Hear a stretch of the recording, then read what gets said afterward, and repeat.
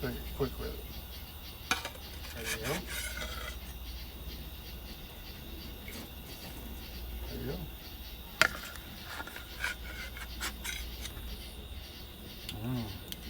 I need the money shot. Money shot. Good. Thank you.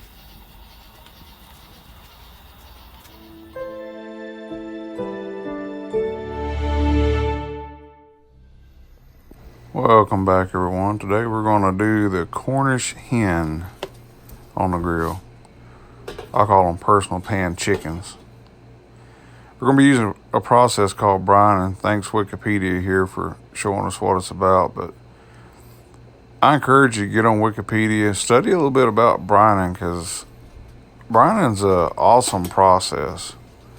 Uses osmosis to draw all the liquid that's inside, say here, the Cornish hen, and then it draws back in the liquid that you add to it. In this case, it's going to be a brine, and it's the salt that does it. You can flavor your brine. Here, I'm going to use some fresh basil that we always have growing.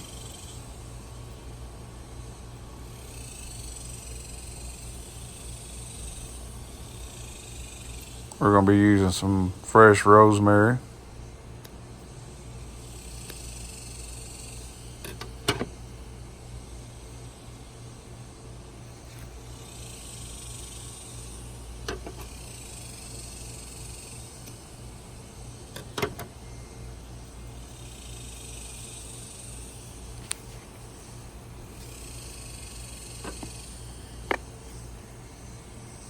And we have some chives we're going to add to it.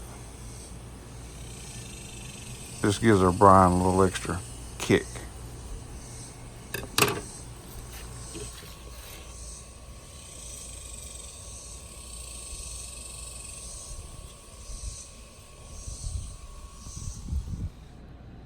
Now to our brine, here's what makes it work. This is about a cup of salt, about a cup to a gallon of water, and that's about what we have in here to soak our Cornish hens in, or brine them in.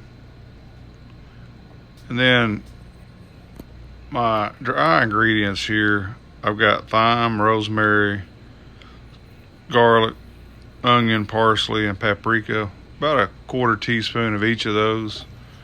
Gonna put them in there.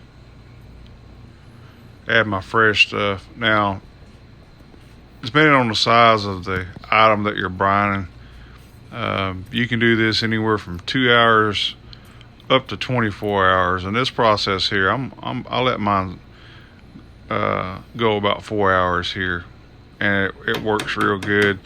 Some places say you need to boil your ingredients first. I personally don't do that, but I guess you could. About 4 hours, and it's amazing how well this will turn out. Now, my channel's all about adventures right outside your door, every door. And you're probably going, now, what's adventurous about cooking? Well, you know, I'm not opening up a box and sticking this in a microwave. I'm actually went through the brining process. We had to grow some of the ingredients that went into flavoring up our Cornish hens, or what I call our personal pan chicken. And now I'm outside and I'm getting ready to light my grill. You never know what friend might show up and we visit a while, or it feels good to be able to prepare your food in this way. I understand people are busy and they got to do the old microwave thing. I understand that. But man, if you can break out of that, get outside and light your grill off, light that old Weber off, brine up some food, grill up some food, grow some of your own food. That's an adventure in itself. I've said it before, you don't have to go to Disney World to find adventure. It's just right outside your door. And you might be surprised how much fun this is once you do it a couple of times. And you might be surprised at how good you get grilling up food. You'll be cooking food for everybody around. Now, like I say on my chimney here, set your timer for about 15 minutes, and you're going to have a nice roaring chimney of charcoal ready to cook. I can edit, so no biggie. I just want to. Now we've had these brining about 4 hours. I drained the brine off, and I want to kind of pat the Cornish hens dry here, because I'm going to add a little bit of olive oil to them, and that just helps crisp up the skin during the cooking process, and it helps hold the additional seasoning I put to the outside just to kind of flavor that skin up a little bit more. Just adds another layer of flavor there that's makes it really good. And as with any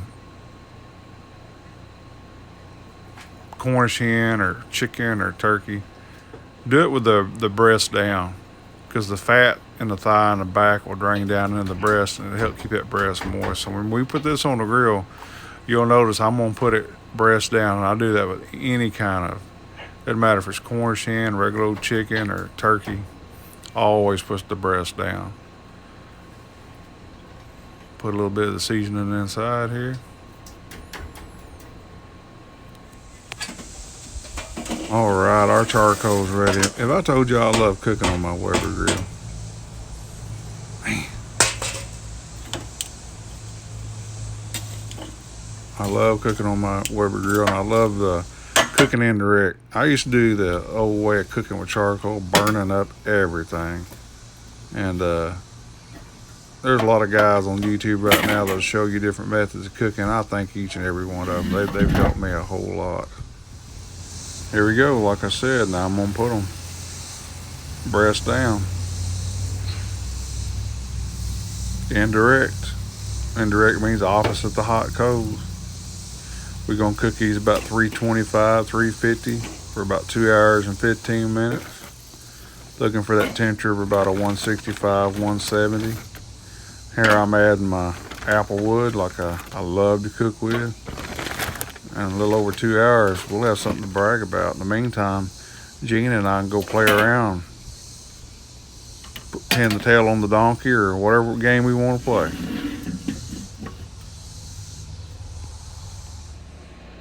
An apple a day keeps the doctor away. What does an onion a day do? It keeps everyone away. That's funny right there. I can see you grin. Just did it again. That's funny right there. That's funny right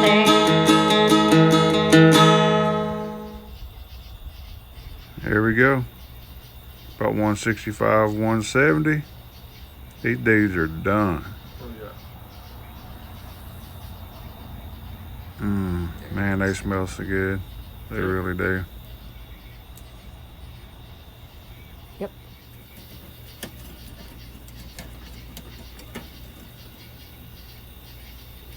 Quick rip. There you go. There you go. You can see there, I still got some hard coals. If I have more time, I could cook a couple more. But it's time to go plate these up and get to eating. I let them rest for about 20 minutes or so. Kind of let them cool down before we eat them. Oh, there it is. And you got your own personal pan chicken or Cornish hen, whatever you want to call it. I'm gonna tell you that arm's in the way there, but I just pulled that leg right off, and I want you to look at this right here. Y'all gotta try this. Till next time.